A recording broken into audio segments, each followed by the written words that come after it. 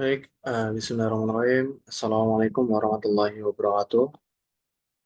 Alhamdulillahirrahmanirrahim. Assalatu wassalamu ala asrafil anbiya'i wal mursalin wa ala alihi washabbihi ajma'in amma ba'du. Perkenalkan, nama saya Faisal Piawan. Saya merupakan mahasiswa Teknik Elektro di Universitas Teknokraт Indonesia. Pada video sebelumnya, saya membahas tentang pembangkit listrik tenaga air. Dan pada video kali ini, saya akan sedikit membahas tentang pembangkit listrik tenaga uap atau yang biasa disebut dengan PLTU.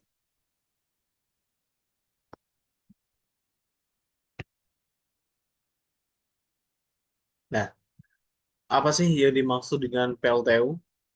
Jadi, pembangkit listrik tenaga uap adalah pembangkit yang mengandalkan energi dari uap untuk menghasilkan energi listrik.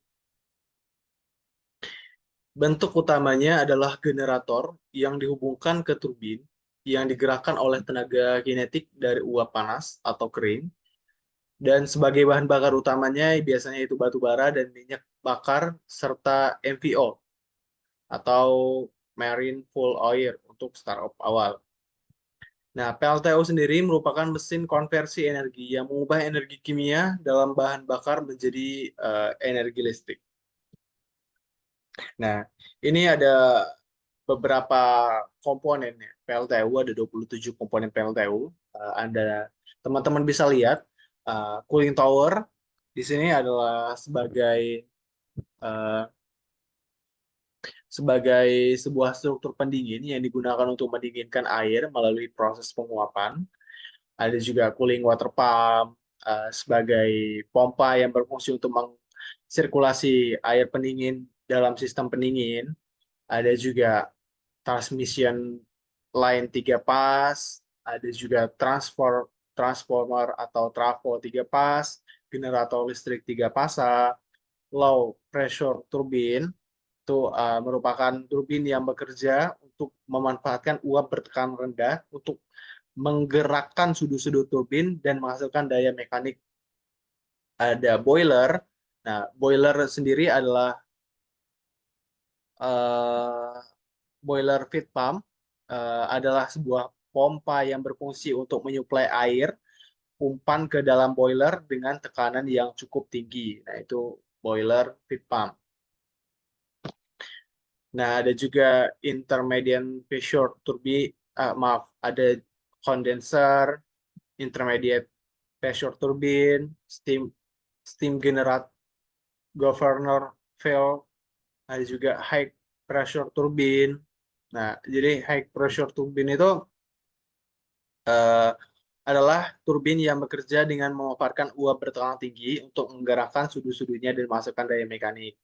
Ada dia deaerator. Deaerator itu adalah peralatan yang digunakan untuk menghilangkan gas terlarut seperti oksigen dan karbon dioksida dari air pump boiler sebelum masuk ke dalam boiler. Nah, ini penting untuk mencegah korosi dan kerak dalam boiler.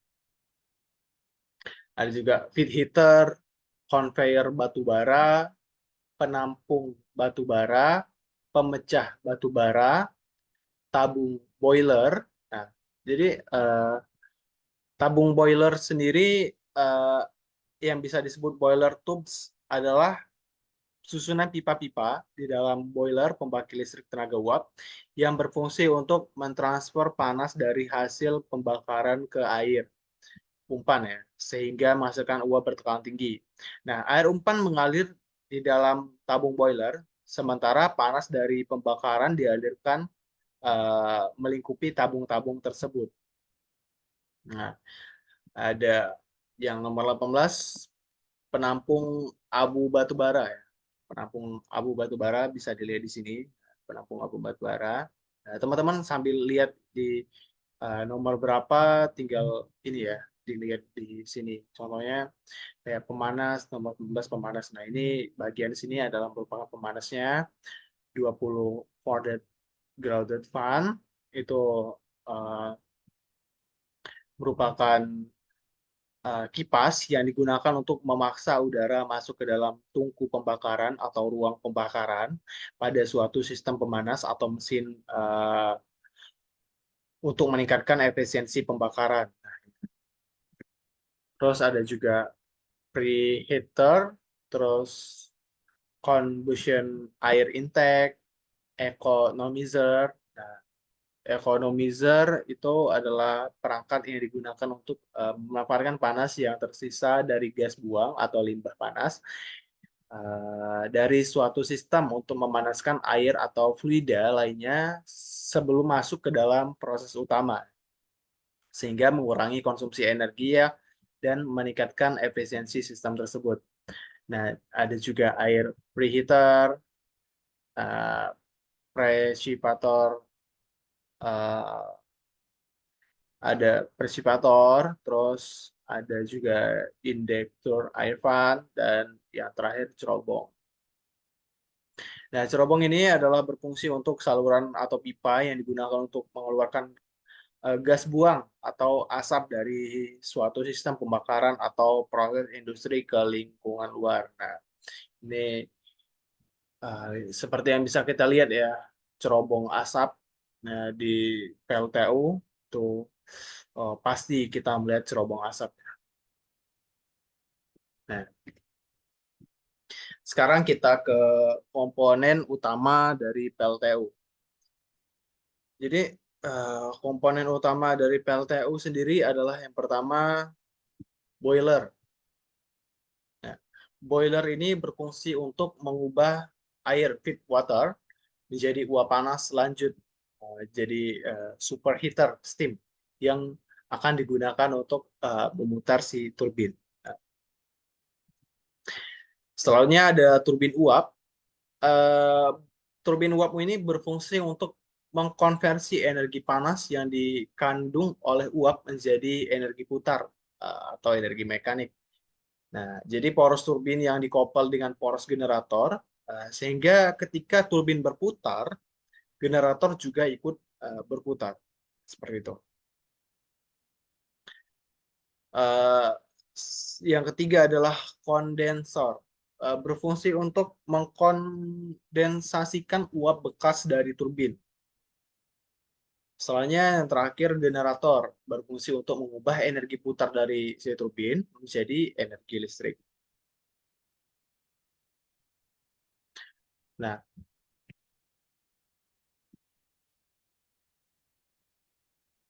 selanjutnya adalah komponen penunjang PLTU. Uh, Desalination Plant atau unit desal berfungsi untuk mengubah air laut brine menjadi air tawar fresh water dengan metode penyulingan. Nah, jadi dari air laut tentu saja tidak bisa digunakan sebagai bahan air, tapi harus juga kita filter ya, supaya ada beberapa kandungan yang harus difilter. Selanjutnya ada reservoir osmosis atau RO digunakan untuk membran permeable yang dapat menyaring garam-garam yang terkandung pada air laut, sehingga dapat dihasilkan air tawar seperti pada desalination plant. Soalnya demineralizer plant berfungsi untuk menghilangkan kadar mineral atau ion yang terkandung dalam air tawar. Air harus bebas dari mineral karena jika air masih mengandung mineral, berarti konduktivitas masih tinggi, sehingga dapat menyebabkan terjadinya GGL induksi pada saat air melewati jalur pipa di dalam PLTU. Hal ini dapat menimbulkan korosi pada peralatan di PLTU sendiri. Nah, komponen penunjang PLTU lainnya adalah chlorination plant atau unit klorin. Ini berfungsi untuk menghasilkan NaOCl untuk memabukkan atau melemahkan atau mematikan sementara mikroorganisme laut pada area water intake. Hal ini untuk menghindari terjadinya pergerakan pada pipa-pipa kondensor maupun unit desal akibat akibat perkembangan mikroorganisme laut tersebut. Nah, selanjutnya adalah boiler bantu. Merupakan boiler berbahan bakar minyak full oil, berfungsi untuk menghasilkan uap yang digunakan pada saat boiler utama startup maupun sebagai uap bantu. Nah, yang selanjutnya adalah hidrogen plant, unit hidrogen. Pada PLTU digunakan hidrogen H2 sebagai pendingin generator. Nah, selanjutnya adalah coal handling atau unit pelayanan batubara, melayani pengolahan batubara yaitu dari proses bongkar muat kapal di dermaga menyalurkan ke full layer sampai penyaluran ke full bunker. Selanjutnya adalah ash handling atau unit pelayanan abu melayani pengolahan abu baik itu abu jatuh maupun abu terbang dari elektrostatik, precipitator, hopper, dan SDCC pada unit utama sampai di tempat penampungan abu. Nah, jadi tiap komponen utama dan peralatan penunjang dilengkapi dengan sistem dan alat bantu yang mendukung kerja. Gangguan dari salah satu bagian utama menyebabkan terganggunya seluruh sistem PLTU.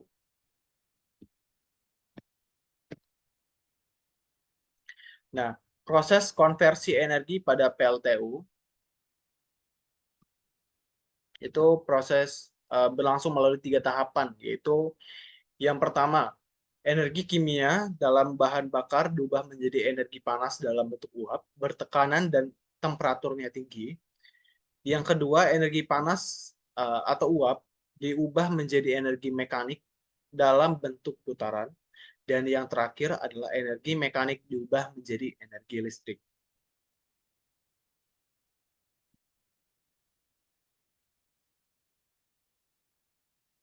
Nah, ini proses konversi energi pada PLTU ya. Pertama, di bahan bakar, terus untuk memanaskan si boiler, terus energi kimia menjadi energi panas pada di saat boiler ini energi kimia menjadi energi panas, lalu menghasilkan uap. Nah, uap ini akan menggerakkan si turbin, terus ke poros, terus generator ini, nama, jadi energi panas menjadi energi mekanik pada saat turbin. Terus lanjut ke generator. Nah, di dalam generator ini energi mekanik dari si turbin ini akan menjadi energi listrik. Seperti itu. Nah, ini untuk prinsip kerja PLTU ya. Bisa dilihat di PPT untuk prinsip kerja PLTU. Nah, jadi PLTU menggunakan fluida kerja air uap yang bersirkulasi secara tertutup. Nah, jadi menggunakan fluida yang sama secara berulang-ulang. Urutan sirkulasinya secara singkat adalah sebagai berikut. Yang pertama, air diisikan ke boiler sehingga terisi penuh seluruh luas permukaan pemindah panas di dalam boiler air dipanaskan dengan gas panas hasil pembakaran bahan bakar dengan udara sehingga berubah menjadi uap. Yang kedua, uap hasil produksi boiler dengan tekanan dan temperatur tertentu diarahkan untuk memutar turbin sehingga menghasilkan daya mekanik berupa putaran. Yang ketiga, generator yang dikoppel langsung dengan turbin berputar menghasilkan energi listrik sebagai hasil dari perputaran medan magnet dalam kumparan. Sehingga ketika turbin berputar, dihasilkan energi listrik dari terminal output generator. Nah, yang keempat, uap bekas keluaran turbin masuk ke kondensor untuk didinginkan dengan air pendingin agar berubah kembali menjadi air. Kondensat air kondensat hasil kondensasi uap kemudian digunakan lagi sebagai air pengisi boiler.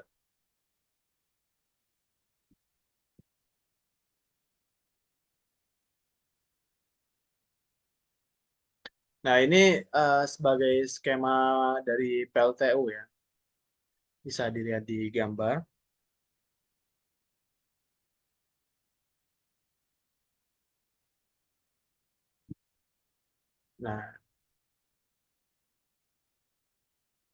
Nah, jadi eh, tentunya pembangkit listrik tenaga uap itu ada keunggulan dan kekurangannya. Jadi keunggulan dari PLTU yang pertama adalah dapat dioperasikan menggunakan berbagai jenis bahan bakar, padat, cair, dan gas.